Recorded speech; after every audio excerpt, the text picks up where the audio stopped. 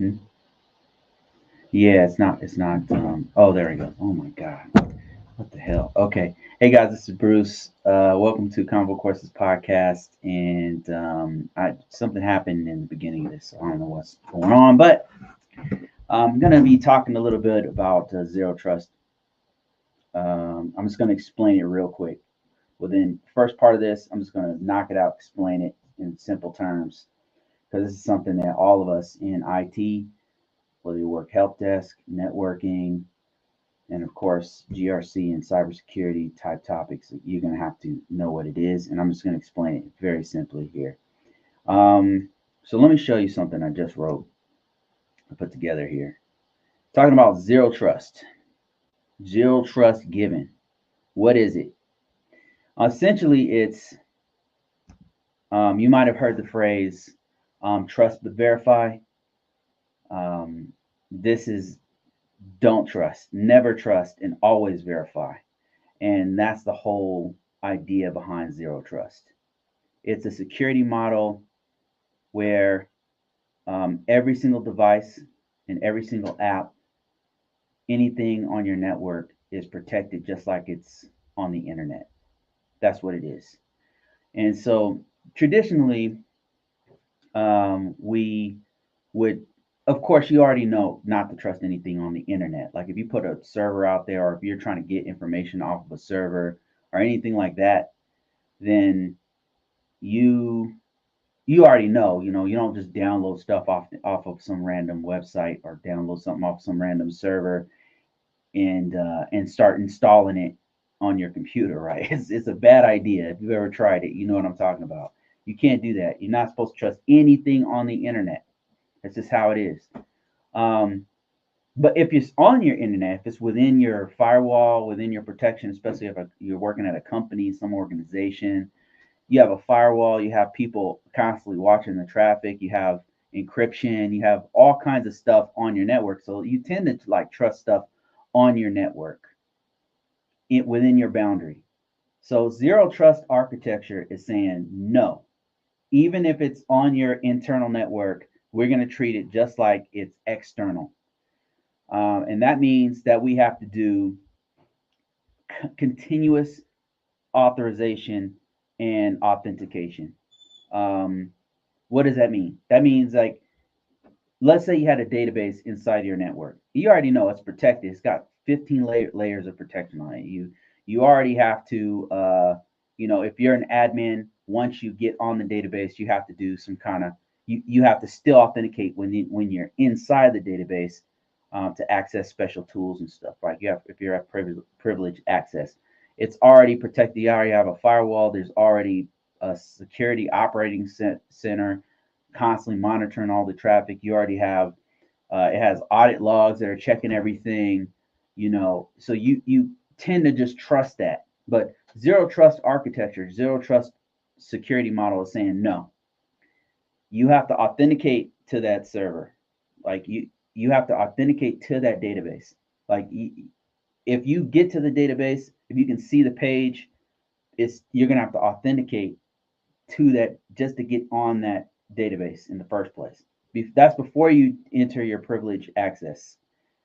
So it's going to everywhere you go within your internet and within your local network, you have to log into it. And on top of that, that system is absolutely hard. Now, this is something everybody should do anyway. But internally, what I've seen as a security risk person, like whenever I've done consulting, whenever I've done, looking at scam results, whatever, is organizations tend to be kind of lackadaisical on the internal network because they just kind of like we've got it's always a firewall. We got a firewall. We got this perimeter. We're good.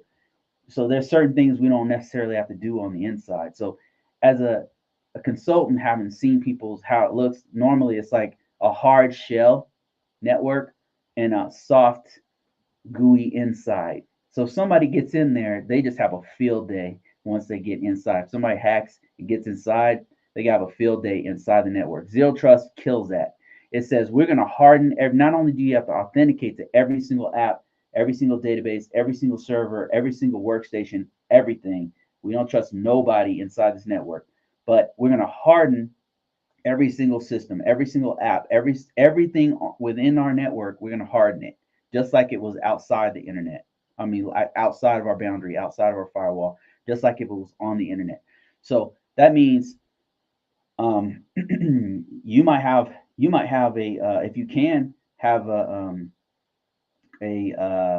firewall on the actual device. You might have some kind of um, host-based protection on that individual system, right? That's part of zero trust security model. Like we have something on it that's monitoring the traffic, controlling the traffic, um, limiting who can come from. Like we're putting limitations on it, and those limitations are not defined by zero trust security model. Doesn't say you will have, you will monitor all traffic. It doesn't say that. It's saying we're going to harden it to where um, it's the organization sets the policy on how it's hardened is what I'm trying to say. So they're not dictating to you. This model doesn't dictate to you how you do it. It's just saying to do it, right? Because and the reason why they do that is because every organization is different. Your hospital is going to be much different from your bank. It's going to be much different from whatever organization. So they have to harden it in their own way. Because one, if you took a Department of Defense system and try to put it in a hospital, it's not going to work. What I'm saying? It's not going to work with what they're trying to do on a day-to-day basis. They have to have more flexibility in some local um, retail department as opposed to Intel federal military industrial complex system that has to be super hardened.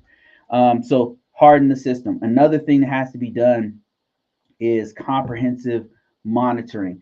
A lot of times in organizations, and let me just explain what monitoring is. That means that the logs are turned on. So whenever you're on your system, whatever device you're on, watching me, whatever system, whatever you're wherever you're at, it has a mechanism that will allow what's called audit logs or event logs is another name for it, where it's collecting who logged into it, um, even what apps were ran, and it really can log everything, everything. But you don't want to log too much. You just want to log the most important things. Like if somebody tried to authenticate and failed, like somebody got on your phone and tried to type in your password and it failed, you want that logged. And a log is just a text of everything that has occurred. So it's a very small file, but it's what has happened. It's collecting the information is being collected on your system, on your phone, on your device, whatever, and saying, okay, this happened, that happened. Now you got to that's a feature you have to turn on your phone. I know with Android you can do it with debugging, and that can log everything or show you every in verbose mode. You can see everything that's happened. Like whenever somebody tried to get on your phone or whenever somebody tried to access some kind of app, it can tell you that if you turn that feature on. So within your network with zero trust architecture, zero trust model, zero trust security model, you would want to turn that on everything, not just servers. Typically, if you have an app and if that app is sitting on a server, right? A lot of times what we'll do is take a shortcut and say, okay, we don't need to log anything happening with the app because the server that it's sitting on is already logging, right? It's already that feature is already turned on. So we already know when somebody logs into this computer, we know if somebody has accessed it. So zero trust architecture takes it a step further and says, no, the app, if it's an important app, that even probably needs to have auditing on it. So and apps usually, if they're robust enough, can actually have their own auditing of who logged in and what they did on that app. If it's important enough, obviously, if it's a tiny little app like I don't know a WinZip or something like that, you probably wouldn't have logging on something like that. I'm talking about like something more important, like you might want to have it on your a database, obviously would want to have, or if you had some kind of important internalized app that was important to your business or mission, you definitely want to have some sort of logging on that, a logging of if some privileged user used it, or if they turned it off, or if they tried to turn off logging features, or if they tried to download certain things and start doing stuff they're not supposed to do. When they log in, when they log off, stuff like that is what you want to have on that app. So that's zero trust. in a nutshell. It's never trust, always verify. That's it. And if you just remember that right there, never trust, always verify on everything, on all important apps, major applications, on all GSSs, your general support systems, on all databases, on all servers, on all workstations. Treat it like it's on the internet. That's all you got to remember. If think about it, if you're any internal system you have, if it's on the internet, you have to harden the system, right? You got to harden it. Probably has to have its own firewall to tell you what's going on, or host-based protection to tell you what's going on. You have to definitely want to have logging to see who's doing what. You might want to have filtering on that host-based protection. You definitely would want to have continuous authentication and authorization, so that anybody logging in, successful logins or failed logins would be tracked, but also it's really locked down, so you're not trusting anyone or anything trying to access that system. So that is zero trust in a nutshell. It's the reason why I'm talking about is because it's somebody asked me about it in a previous podcast, and off the top of my head, I explained it, but I wanted to be a little bit more thorough about it. And also, in the organization I'm in, is constantly being like they're really pushing it now. Um, in organizations, because it's getting more and more important. Another big reason why it's important is because more and more people are working remotely, and even if you work in an office, you might be remoting into another office that's remote to you. Like if you work in Kansas, you might be logging into your main office in New York, or your main office in DC, or wherever. So there's a lot more of that going on these days. Maybe you just work from home. So there's a lot more of that. And then also cloud-based technologies is used more and more, where you don't have your main systems on prem, you have them somewhere else. You don't have them on your premises. You don't have them in your location on site. They might be you're accessing data from across the country or across the world now. So even more, it's more important that we have zero trust security models. So that is what it is in a nutshell. Now I'm going to take some questions, and let me explain why I'm doing this so early. I've got stuff to do.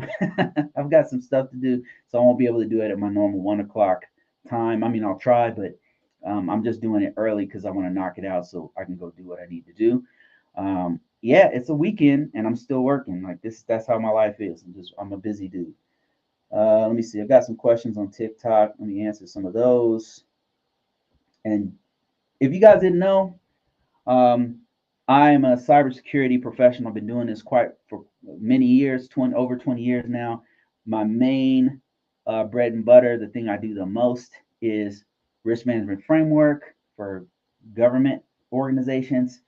GRC stuff is what my specialty is. I've done a little bit of other things, a lot of physical security. I've done a little bit of messed around with some firewall stuff. I'm not by no stretch of the imagination. I'm a firewall guy.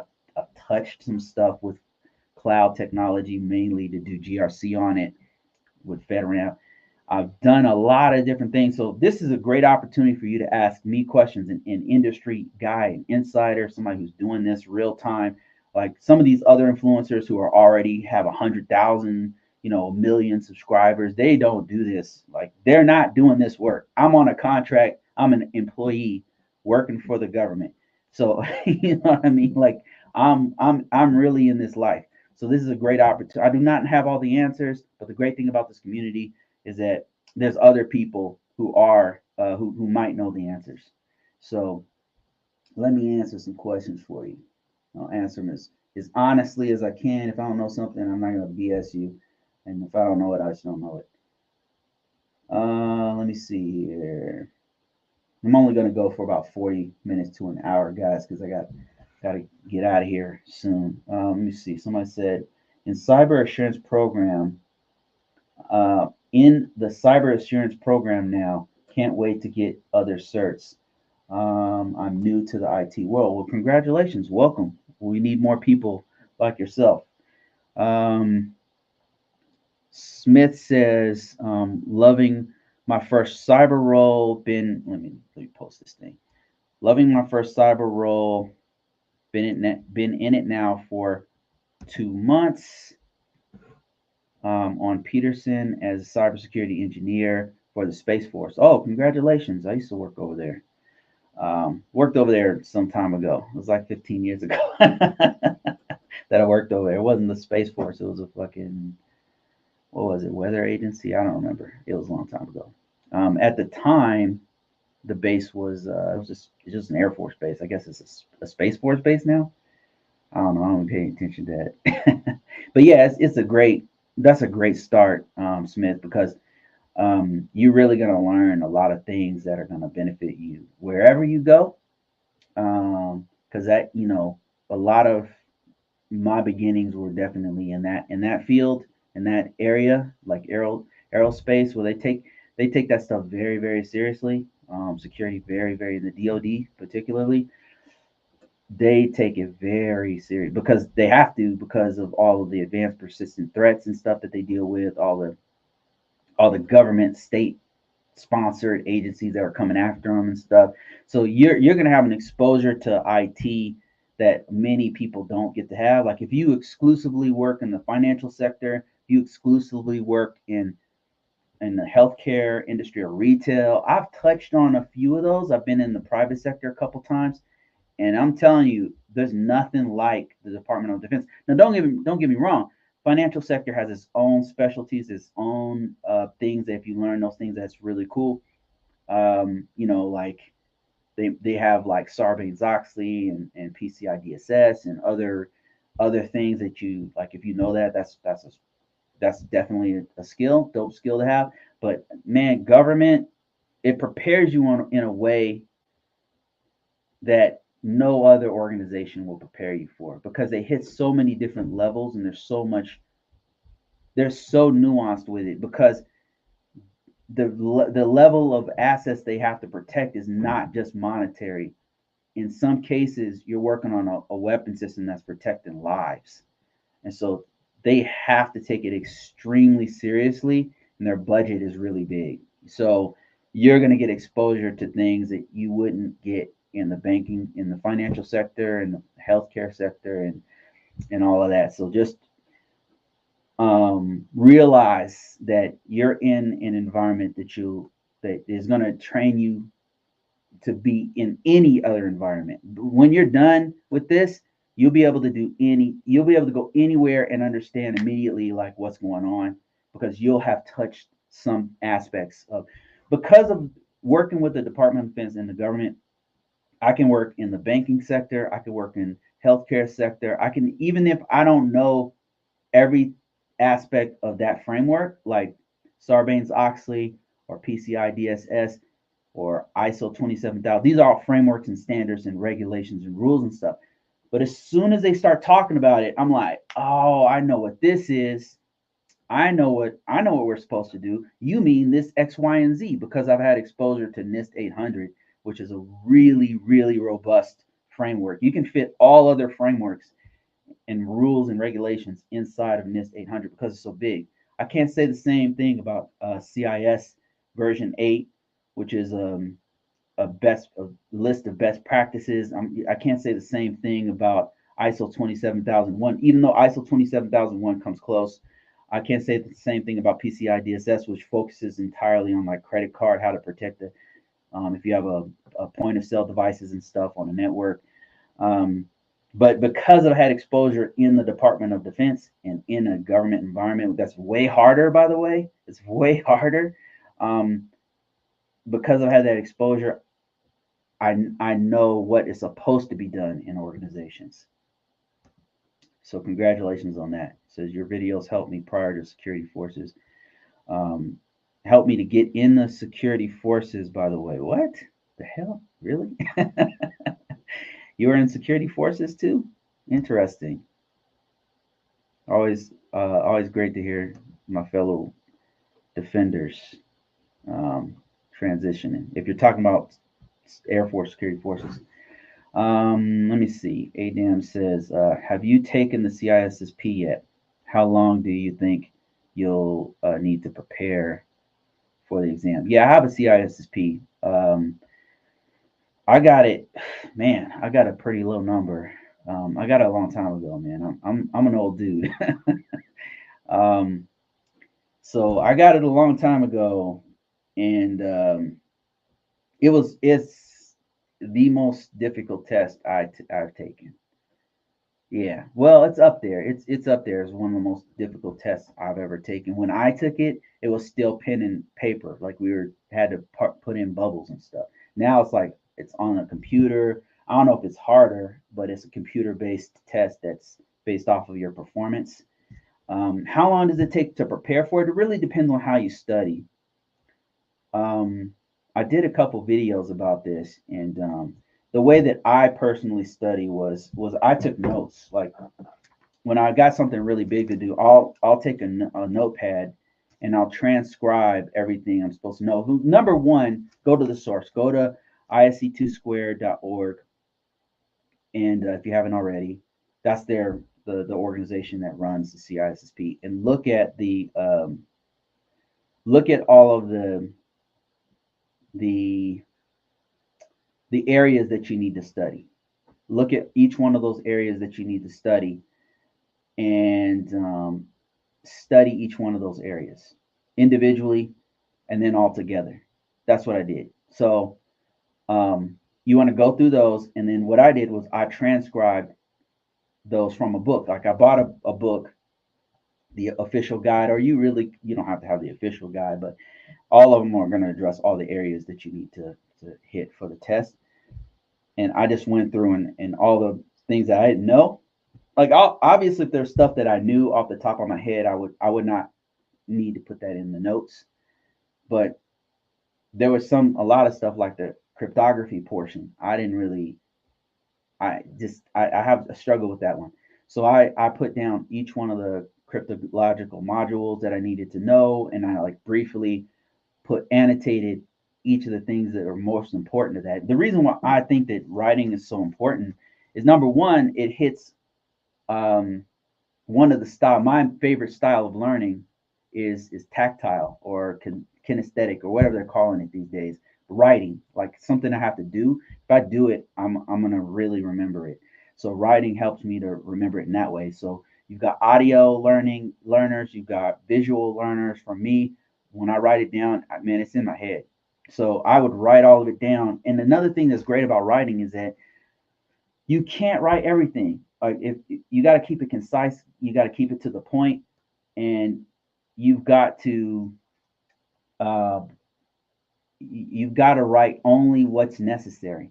So I would put it in a pattern like for example, cryptography. I put all of the top um, and deprecated cryptographic modules there, and I would list like the most important things about each one, so I could delineate which one is which. And then I would just go through my notes. When I was studying, I would go through my notes and memorize it. How long you take is really up to you. I took a whole year. I wasn't playing around. I was so nervous about the test. I took the Security Plus before I took the CISSP, hoping that it would help me. And I would say it was maybe 10% of the tests. Like if you take the Security Plus, 10%, you'll see 10% of that on the CISSP, something like that. Um, but yeah, that's what I did. My man Ryan, who I had on this podcast, he said he took about I don't know, like a couple months, I think, and he crammed all of it like at once, right? And he just kept studying. For me, I just took like 2 hours a day for a year, and I took another test before that, and it just kind of took my time and everything, and I went ahead and did that. So I hope that helps you out. Go ahead and look at my old videos where I'm talking about studying for the CISSP and other certifications.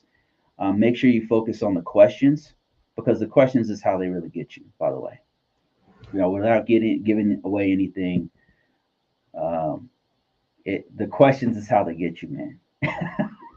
I mean the answers. The answers. I'm sorry. The answers is how they get you because what they'll do is they'll ask you a question and then there'll be four because it's multiple choice.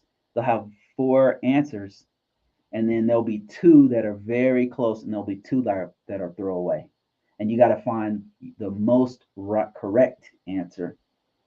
And so you want to you want to do go through as many questions as you can so your mind is like synced up with the algorithm of the question answer model. Like you want to just go through as many of those as you can over and over again until after a while you start seeing questions and you already know the answer immediately when you start reading all the keywords in that question. That's you want to get that good at it. So what you want to do is go, if you get a book, make sure the book has lots of questions at the back. Another place you can go is actually you can go to Chat GPT. You can go to some of these larger language models and they'll generate questions for you. You got to be careful with that because sometimes they'll confidently tell you bullshit. So don't do that first. Like do the book first because um, don't rely too heavily on AI. You've got to know the stuff so that you can call bullshit on AI. That's how proficient you need to be. So good luck to you. Smith says, yeah, Air Force Security Forces. Wow, that's crazy. Made the transition to cyber thanks to your content 2011 and 2018 Security Forces. Holy shit, that's crazy. Small world. Small world. Um, it was that was an interesting experience. Security Forces. Security Forces, for those of you who don't know, is the Air Force's version of MPs. And when I was in, they were called security police. Actually, I was in. Now that was a long. I'm dating myself, right? That was a long time ago. Security police is when that's what it was called, and they had two divisions of it. They had a security division that we just guarded planes. We were weapons specialists. We practiced like war, how to protect a base in a. It was it's called air base ground defense, and we trained with the Army and the Marines, and the Army and Marines gave us so much shit because we were Air Force, but we were treated just like them. We weren't like the regular Air Force. And then the other side of security police was where they were secure. They were literally security police. They would go drive around. They were the guys who give you a ticket and stuff. They had to know the uniform code of military justice, and they had to do all these forms to arrest people and put handcuffs on people and stuff like that. But air base ground defense, um, they would just teach us to fuck people up if they try to get to an aircraft. It's like, here's how it. Anytime we were putting handcuffs on people, it would be what we call jack them up, and then put them on the ground, and we give them to the cops. Um, so, and then when I was in, they transitioned to security forces where they merged us both together, and we got to learn more of the policing side of it. And then we were both kind of doing the same job. Man, they hated us, man. They freaking hated us. They hated our work. They hated us. It was interesting transition for me because I was able to like understand more of the laws in the military and how that works and everything. But I realized that's not what I wanted to do when I got out. And being a police officer, being any kind of security is a thankless job. It's just a thankless job, man. That's why I don't come down on cops because I know it's hard. The one thing I will say is in the civilian world, the police departments, I think that they hire people who should not be police officers, and then they reward bad behavior and they protect them if they fuck up. And the military wasn't like that. If you fucked up even a little bit, they were like a pack of wolves on your ass. And that's how I think it should be. Like you shouldn't protect. You shouldn't. Don't get me wrong. Um, if somebody messes up a bit, they do corrective action and then try to keep them or whatever. But if they're shooting people in the back and doing all this kind of crazy shit that they're doing, like what the hell? And in the military, it wasn't like that. Like if you messed up, we were held to a higher standard, and that's how police officers should be. Like security, physical security is very serious. Physical security, which is a part of cybersecurity, by the way, because you can't protect a computer without first protecting the physical security of it. And so when I did transition over, there were some things that I was learning as a cybersecurity person that I was able to carry all over to, from security forces, especially about protection of the physical assets. But there are certain key concepts like personnel security isn't still important as a part of GRC, especially information security. Another one would be Chain of custody sometimes comes into play if you're doing forensics, digital forensic stuff, and then another one is um, access controls. I got that immediately. I'm like, okay, yeah, I definitely understand that.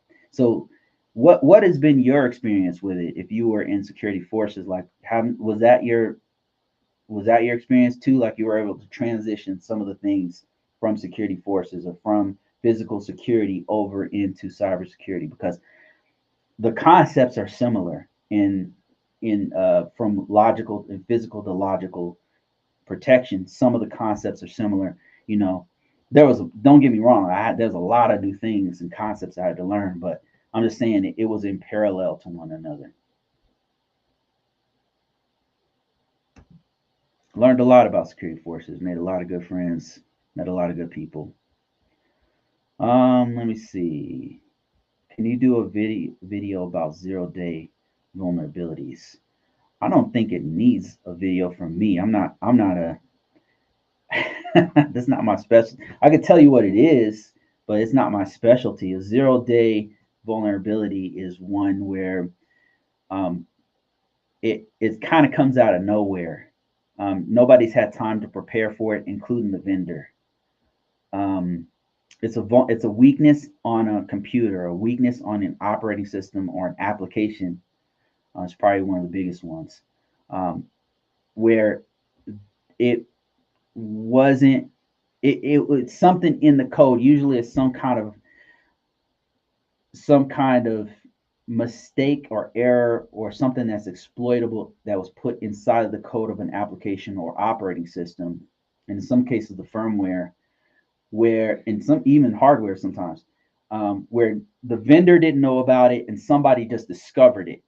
Some hacker or some security expert or some IT expert accidentally discovered a way to get into a system where they can circumvent security features, and the vendors don't are not aware of it. And so that's why I call it 0 day, because that's the day that it's discovered, and they can run amok because there's a certain period of time where criminal hackers and professional pen testers and governments will exploit the hell out of that feature, and then they just go crazy with it. They'll write whole scripts, they'll write malware trojans, they'll create automated methods of getting in and out of computers based off of 0 day exploits, and then take full advantage of it, right?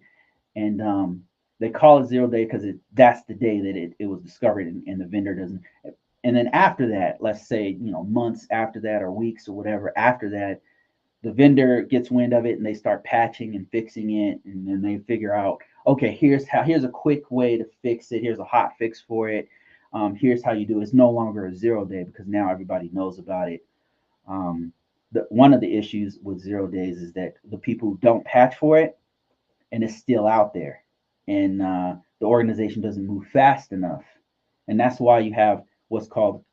That's why it's really important to prioritize vulnerabilities, because you have criticals, highs, moderate, and low vulnerabilities, right, or medium low vulnerabilities.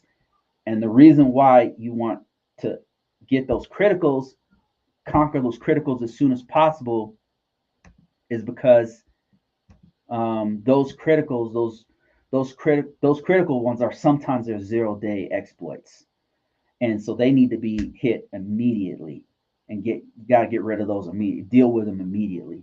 So that's working with the vendor, seeing if they have already patches for it, and then sometimes even like, let's just get this off of our DMZ. Let's get this off of the network. Let's do something else that mitigates or lowers the level of risk that we have. I'm not a subject matter expert on vulnerabilities, so I'm not the right person to talk to about it. There's definitely other content creators who are experts who could tell you all about it, and even how to hack them and find them and all that kind of stuff. But I'm not that guy. I just know basic stuff about it. Let me see here. Let's see. Yeah, man, that's the thing. Like about cyber, just because I have a CISP, I've been doing this 20 years, doesn't mean I know everything. You know, and I don't claim to. I'm not a program manager. I'm not a program. I'm not a programmer. I'm not. I don't know how to write scripts. I don't like. I'm not a pen tester.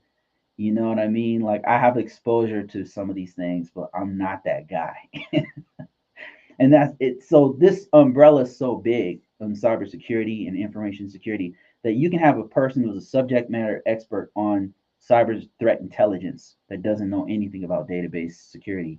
You have a database security guy who doesn't know anything, who knows very little about cryptological models, and you have a cryptographer who doesn't even consider himself or herself a cybersecurity person and doesn't know nothing about network security, and it's network security person who's a CCIE or CCNP who's so smart on networking, but they'll know nothing about risk management framework or GRC stuff. They don't know nothing about it.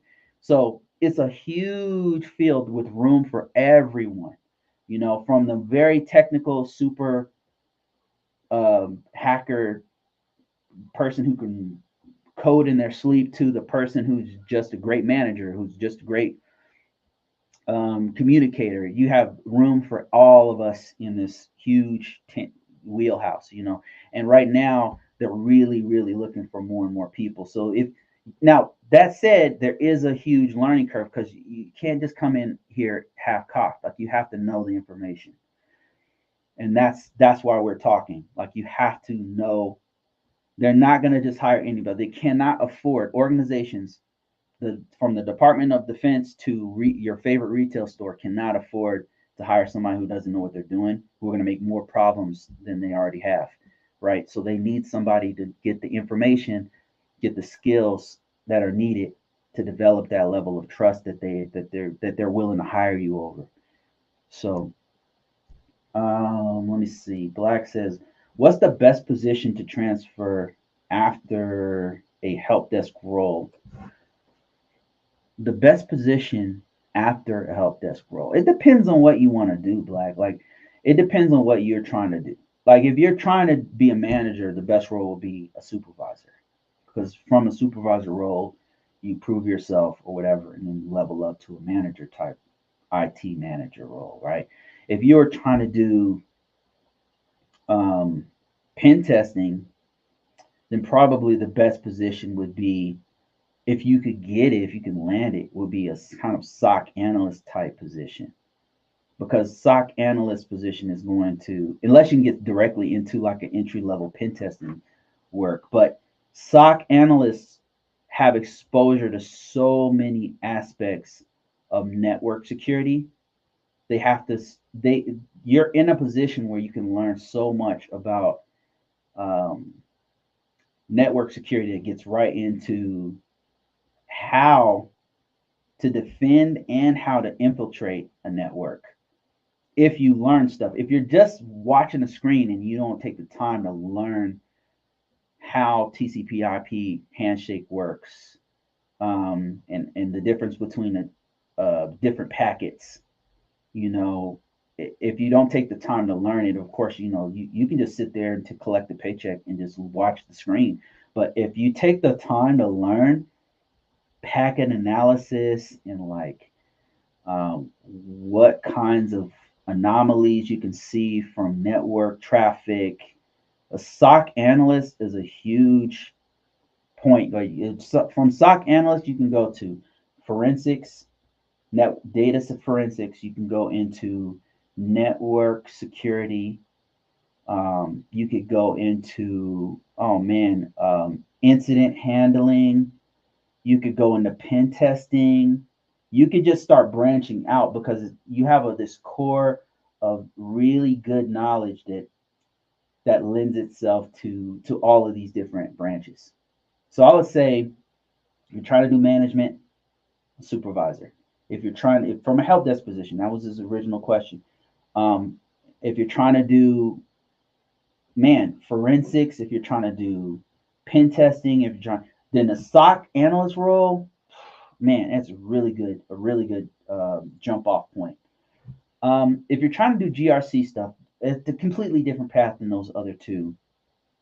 Then probably if you can land like an entry level GRC role, like an entry level information security officer or an entry level, I don't know, HIPAA expert or whatever, I would say learn those frameworks and then just go for one of those jobs. Learn the framework, and then you could actually just go from being a help desk person right into one of those one of those GRC positions.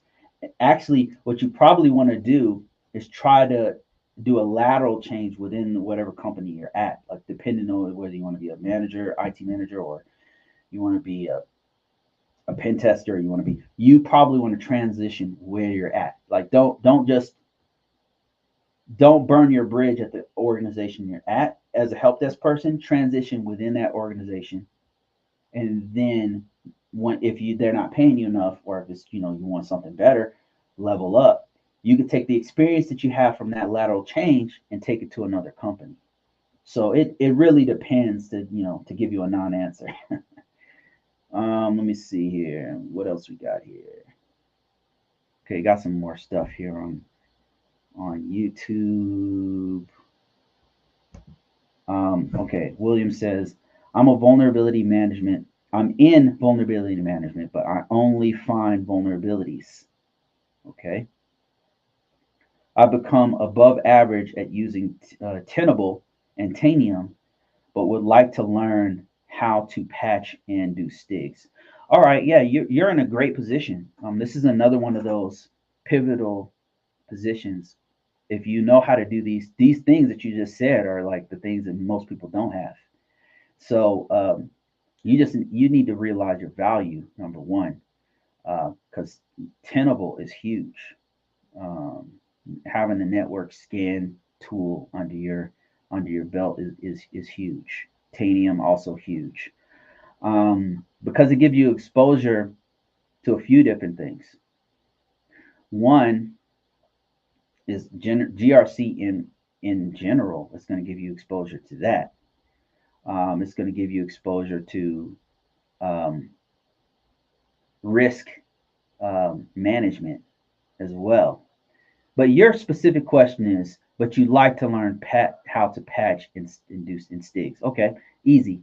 I would say what I did was I had a computer at home that that I used to run the STIGs. You can download STIGs from DoD site.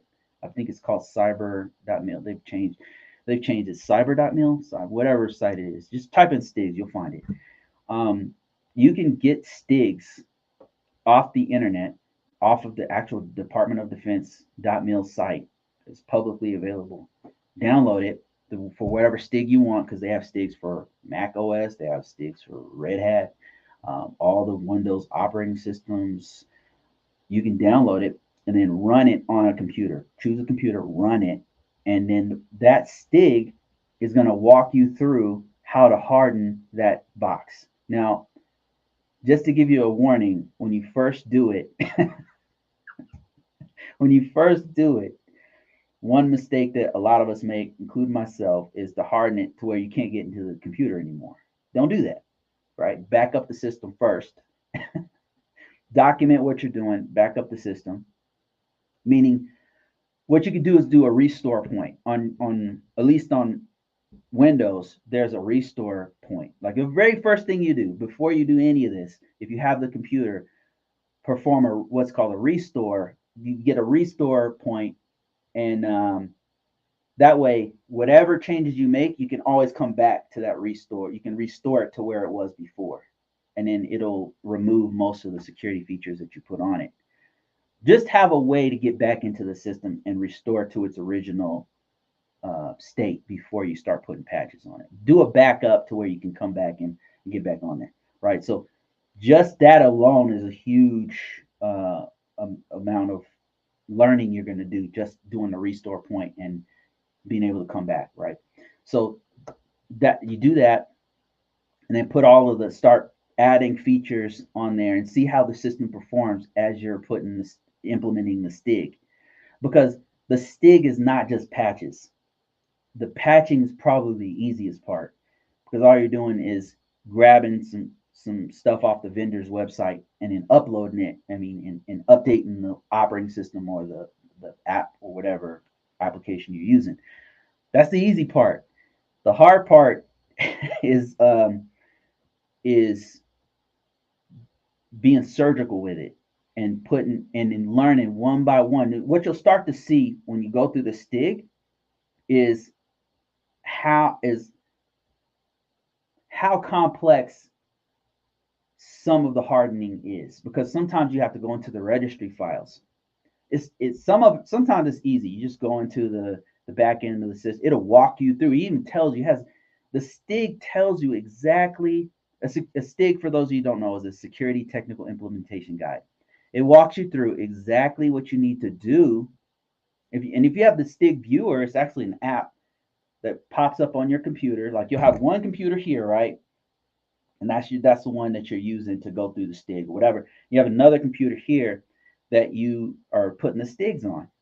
You have Windows 10 or Windows 11 or whatever, and it's walking you through step by step. It's like, go here, go into the registry files, put this key in, this should be in there. Here's why. It's explaining why you need to have it. It'll cross-reference the actual security control family that it's related to. It's training you as you're putting the stuff in the STIG. Now, here's the cool thing. Once you do a 2 or 3 STIGs, right, you want to probably do one on an application like Office 360, Office, some version of like, I don't know, a browser or something, to get a feel for how you would harden a browser or how you would harden a regular application that everyone uses.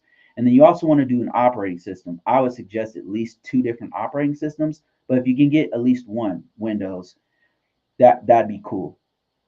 And then I think that'll probably be enough. Like you do 2 or 3 of those, you can put that on your resume, and you can then say, not only do I know vulnerability management, but I also know how to implement STIGs.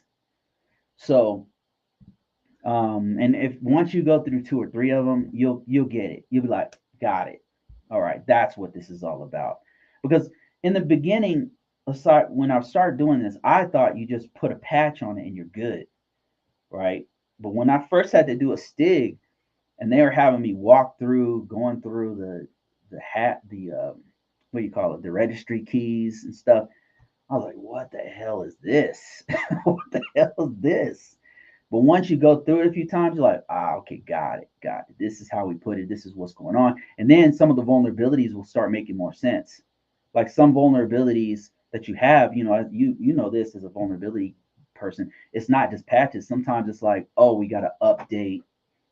We got to go into these settings and change it to from a 1 to a 0 or whatever it is. It'll start to make more sense once you actually do the patches and the STIGs. So, yep, that's how you do it.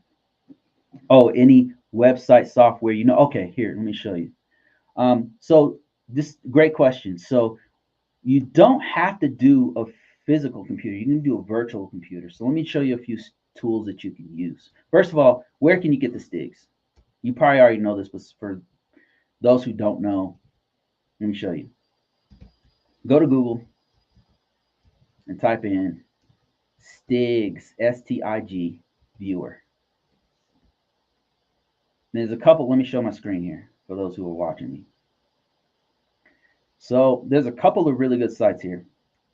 The actual stigviewer.com site is something every organization that I've been to, government or private, use this damn site. So I wish this site was mine. I really wish the site was mine. I don't know if it's owned by the government or what, but this is a damn good site. So it breaks down all the STIGs just right here. You can search any STIG for any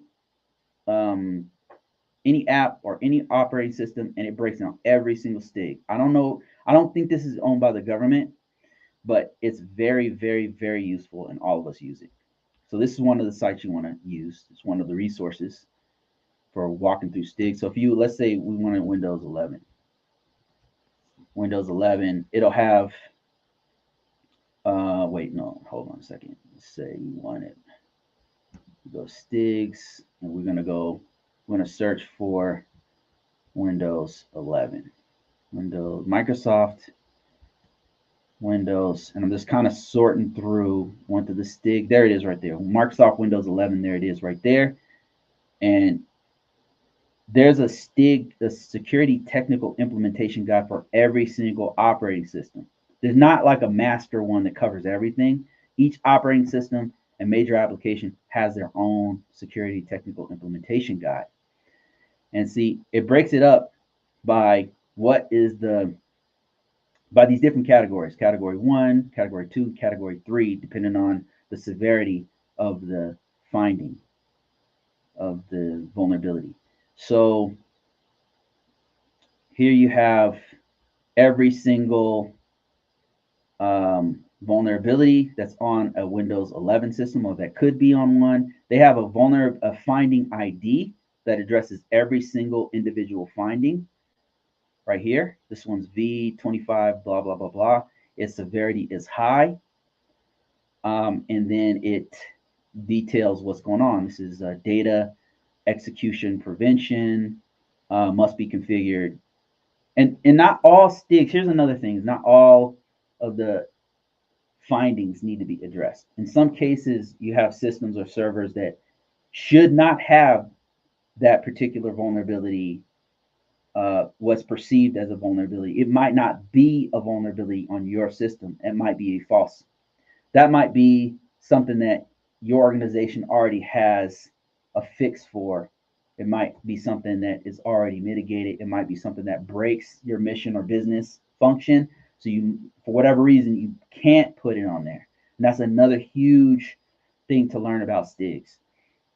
It's not about applying everything. It's about tailoring it and figuring out what we need as an organization, what the organization is calling for. So this one is telling you a description of why you put it on there, and it's just going down the list of all the highs, and it gets into the mediums, and then it gets into the lows, right? And that's just Windows 11. So another one site, let me show you another really important site that you need to know about. It's called, and I don't remember off the top of my head, STIG. Let me just, okay, STIGs, the actual STIG viewer is what I'm looking for. All right, so this is a public.mil site. This is public.cyber.mil is where I'm at. This is actually, here's the U.S. government notice and consent and all that kind of stuff. Anybody can access this from anywhere. Probably your Chinese government probably access this. There's no secrets on this site. It's just instructional video. It's instructional documentation. So here it is right here. If you want to get signed up from the mailing list, I'm on this thing. So they send me all kinds of stuff for the new STIGs that are constantly updating them and putting new stuff in here. Full-time job for these guys. And then if you go to, let's see, we'll go to, what's the one we want to go to? I want to say it's automation. There's so many different tools and stuff on this site. There's a lot going on here. They even have breakdown of training. You can go through this training. They have videos. If you're actually a federal worker, you definitely want to go through some of the training. They have videos and stuff that's only available to federal workers, and that might include you as a contractor. If you access this from your federal computer, you might be able to get in there if you have a CAT card or a PIV or something. So very good training. Check it out. But what we're looking for is the actual publicly available STIG. So let me see if I can find that. Automation. Let me see if it's this one. I haven't been on here in a while. I just clicked on supplemental automation to look for the actual STIGs. And yeah, here's Windows 11, but this is specifically for something else. So I don't know if that is what we want. STIG configuration tools. I'm looking for the actual STIG viewer itself. There's an application called STIG viewer that once you have it, it'll break down everything you need. SCAP tools. Let's see. A SCAP is a security content automation protocol. Let me see if this is, and oh, this is the actual content you pull into the STIG viewer. Let me see STIG. Oh, here it is right here. So I'm right now, if you happen to be listening to me or you can't see me because you're on TikTok or whatever, I'm on public.cyber.mil /stigs /scap. It has all of the SCAP content or the security content automation protocols, which I'll get to in a second. One of the most important things here is to go to this on the menu here. It has STIG viewing tools. I believe this is it right here. So I just clicked on STIG viewing tools, and I'm trying to download the most recent version. Here, I think this is it right here. Yep, they have one here for Linux, one here for Windows 64 systems. You would download this right here. And I've just downloaded it. You'll load it. Maybe I'll go ahead and run it real quick. Let me see. So it's zipped. I have another video where I walk you through how to do this. It's exclusively how to actually do this for free, no catches or anything, just walking through it and showing you how to navigate through it. So you can go ahead and check that out if you want. And let me see here. Where's my STIG files? I think it's on this folder over here. That's what happened. All right, let's see. Let's get rid of this one. Let's put this one over here. All right. Wasn't planning on doing this, but let's go ahead and walk through this real quick just to open it up. So I'm going to unzip this thing wherever. Don't really care at this point. And it's unzipping. I just want to kind of give you a feel for what it looks like real quick, and then show you what's up. Okay, there's the STIG viewer. I've downloaded it into my downloads folder, and then the actual application is an exe file. So I'm going to go ahead and do that. And what in the world's going on? That's new. I might have to run it as administrator.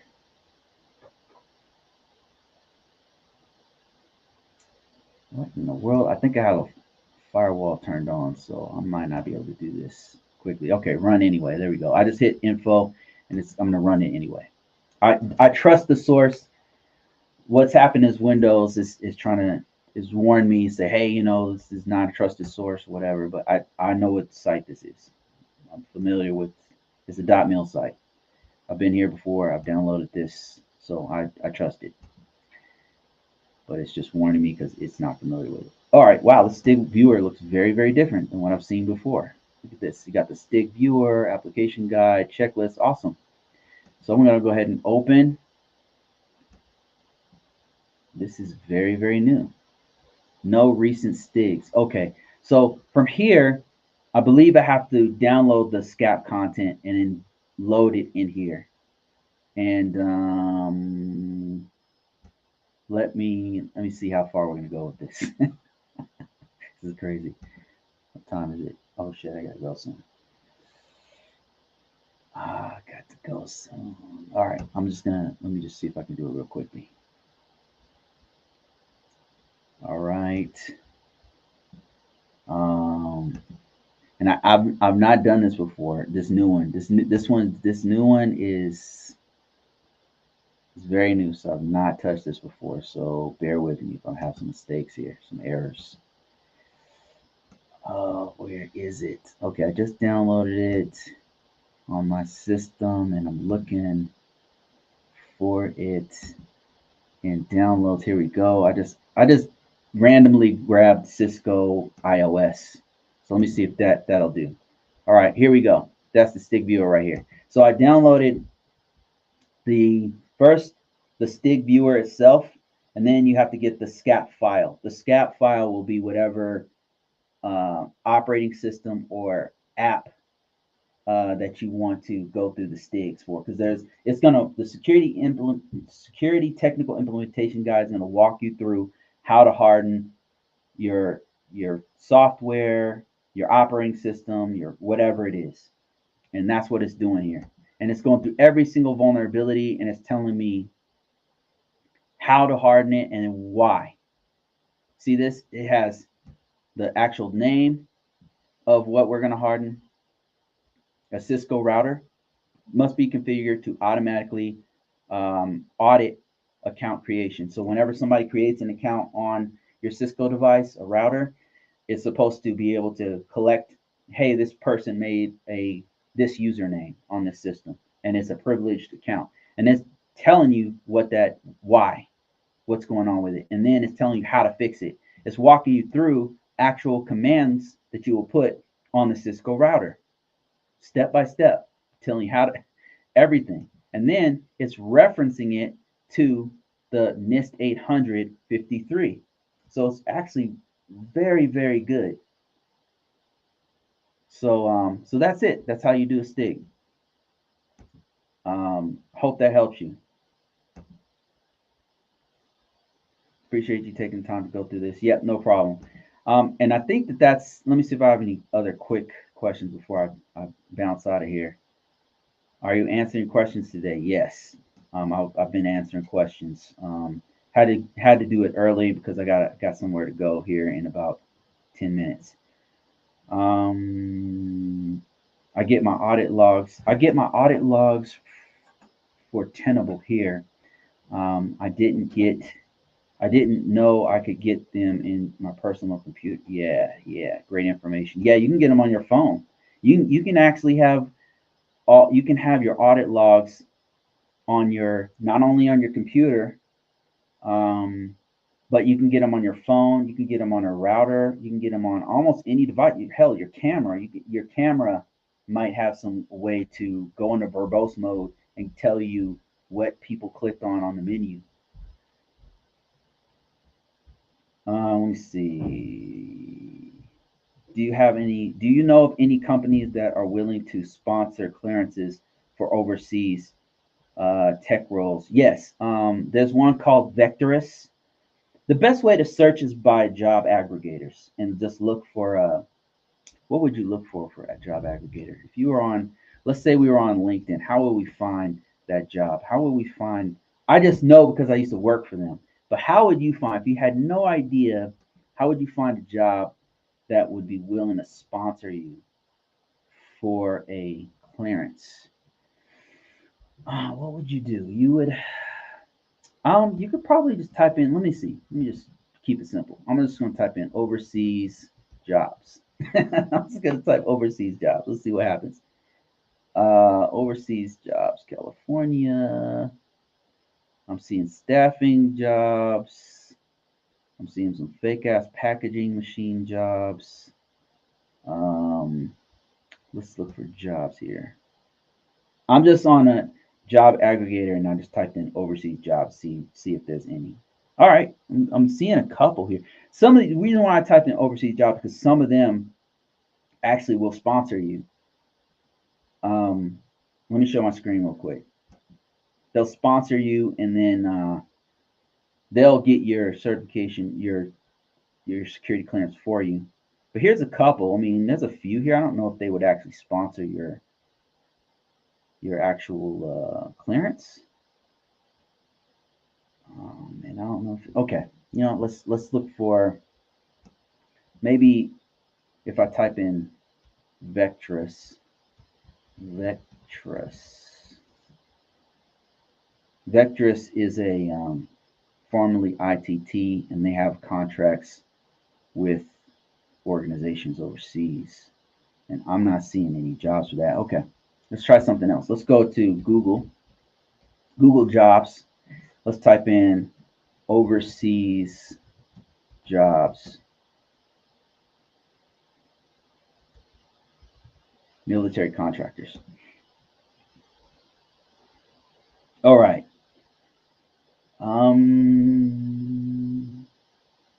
Okay, here's one on Indeed. I just went to Google. I'll type in overseas jobs, military contractors, because that's mostly what it is. Okay, this one's actually a Navy job. Like this is join the Navy. We're gonna pay you $30,000 a year. No, that's not what we're talking about.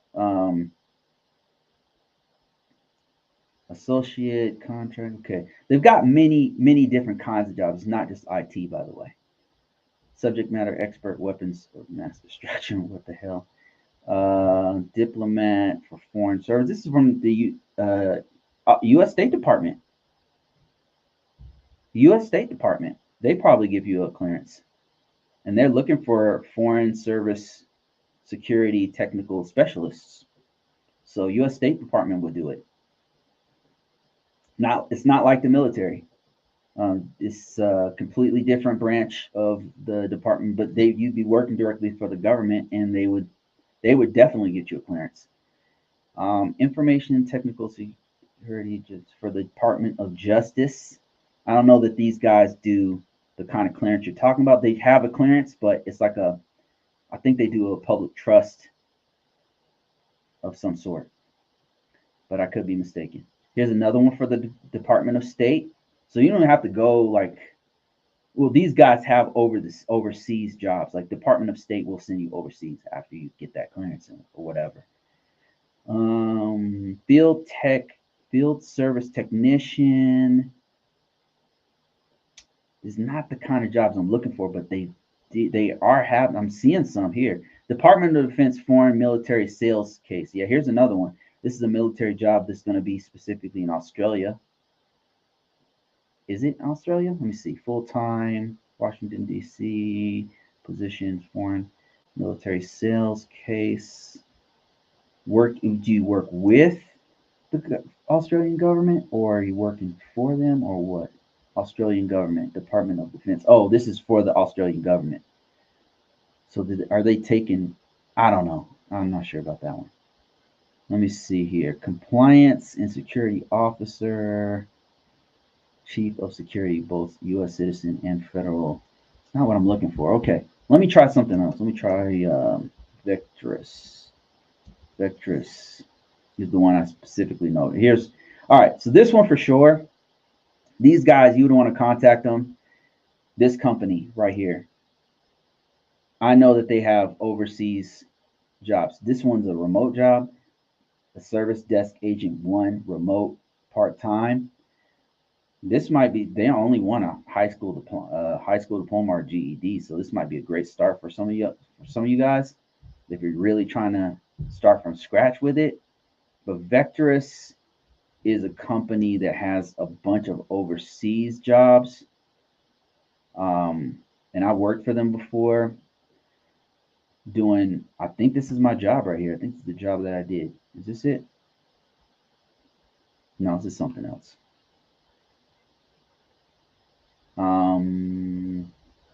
And there's a couple other ones here too, huh? Learning, subcontractor, admin, remote, CONUS. These are all remote jobs. Financial sector. Man, I found it before. All right, let's go to Google and actually I just type in Vectrus. Vectrus overseas jobs. Okay, let's see. Let's see here. International market. Maybe it's already filled. Hey Larry, thank you for that $20, man. Appreciate the info as usual, Bruce. Hope the books are coming along. You plan on doing any revisions based off of the NIST CSF 2.0? Also, Ryan GRC study guide and other resources explain prep.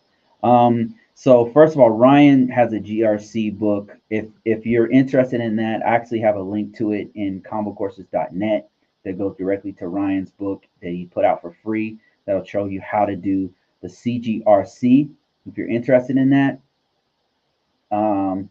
and then and that's available. As far as this, the NIST CSF V2, yes, I'm working on it right now. It's going to take me a couple months to get through it. Um, there are some significant changes from the CSF 1.0 to 2.0. Thank you for asking about that. Yeah, it's coming soon. If you are interested in getting this book for free, by the way, I do give these books out for free. Like when I initially put it out there to launch it in order to get people to engaged in the book and to get some free promo for it, I'll put it out there for free or for very low amount, long enough for people to start getting it and to gain some hype for it.